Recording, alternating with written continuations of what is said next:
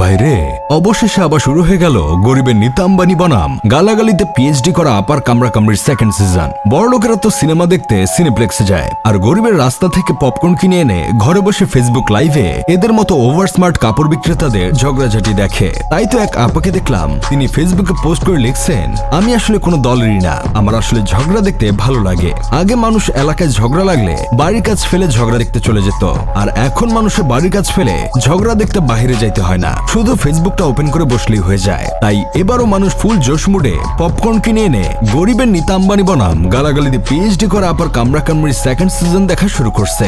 আপনারা তো গরিবের নিতা আম্বানিকে চিনেন, তাই না? উনি বাংলাদেশের প্রথম আইফোন 16 প্রো ম্যাক্স ইউজার, আবার তিনি বাংলাদেশে সবচেয়ে স্মার্ট ওমেন। তার মতো ফ্যাশন সেন্স এখন পর্যন্ত বাংলাদেশে কারো নাই। অন্যদিকে আপনারা তো গালাগালিতে পিএইচডি ডিগ্রি অর্জন করা আপাকেও চিনেন, তাই না? উনাকে চিনে থাকলেও ফেসবুকে ওনার গালাগালি একবার হলেও আপনি শুনছেন। উনি একমাত্র পিএইচডি ধারী মহিলা যিনি অক্সফোর্ড বিশ্ববিদ্যালয় থেকে গালাগালি বিষয়ে পিএইচডি করে এসেছেন শুধুমাত্র লাইভে মানুষকে গালাগালি করে কাপড় বিক্রি করার জন্য।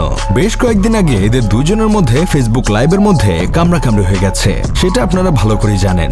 তখনকার কামড়াকামড়ির উৎপত্তিস্থল ছিল একজন উদ্যোক্তাকে ঘিরে। ডিজাইনার আফরোজা সিদ্দিকা লাকি রুবায়েত ফাতেমা তনিকে নিয়ে একটা প্রেস কনফারেন্স করছিল।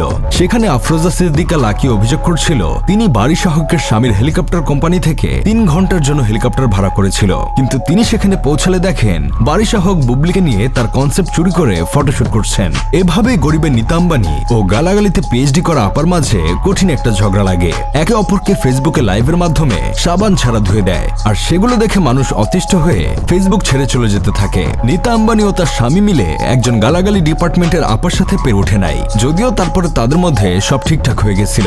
কিন্তু এবার তাদের কামড়াকামড়ির সেকেন্ড সিজন শুরু হয়েছে কপালের টিপ নিয়ে। গরিবের নিতা আম্বানি এক লাইভে এসে মানুষকে ফ্যাশন শেখাতে গিয়ে বলছিল, অনেকেই আছে যাদের অনেক ভালো বডি ফিগার থাকার পরেও এসব ড্রেস পরতে পারে না, তাদেরকে আবার এসব ড্রেসে মানায়ও না। অনেকে আছে তারা জানে না কিসের সাথে কি পরতে হয়, ওয়েস্টার্ন ড্রেসের সাথে টিপ পরে থাকে।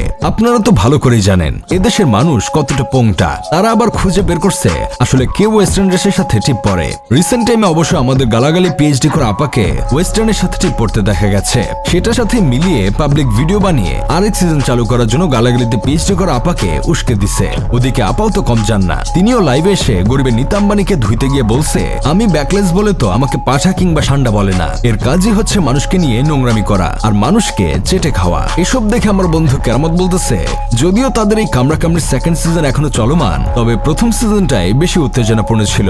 সেকেন্ড সিজন দেখে অনেকেই হতাশ হয়েছে। যাই হোক, শেষমেশ আমি গোলাম হোসেন একটা কাজের কথা কই, রাজনীতিবিদদের যেমন কর্মী আছে তাদের পক্ষে কথা বলার জন্য, তেমনি দুজন কামড়াকামড়ি এক্সপার্ট ব্যক্তিরও অনেক কর্মী আছে তাদের পক্ষে কথা বলার জন্য। শুধু এমন কর্মী নাই আমার, কারণ আমি কাউকে ছাড় দেই না।